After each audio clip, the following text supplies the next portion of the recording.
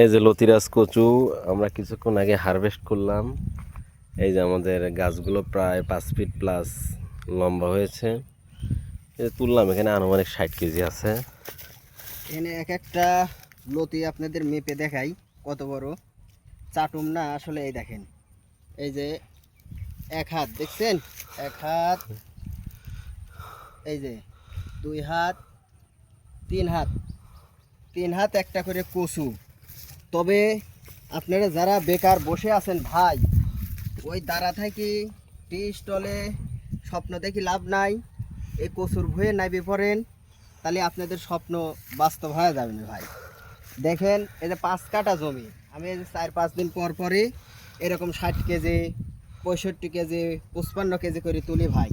তবে এখন আশা অনুরূপ দাম নাই, পরিশ্রম তুলনায় দাম নাই। তবে দাম হবে ইনশাল্লাহ, আশা করছি।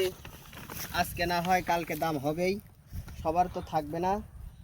এখন আল্লাহ যেটুক রাখছে রিজিক, এর মধ্যে থেকে আমার অবশ্যই আমি পাবো ইনশাল্লাহ। আপনারা বসে না থেকে আপনারা সবাই উদ্যোক্তা হন, হয় কৃষি নাই এগ্রো, এর ওপরে কোনো উদ্যোক্তার নাই, কি নাই ভাই।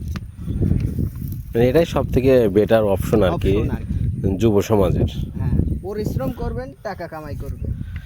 এই যে পাট ক্ষেতগুলো আমাদের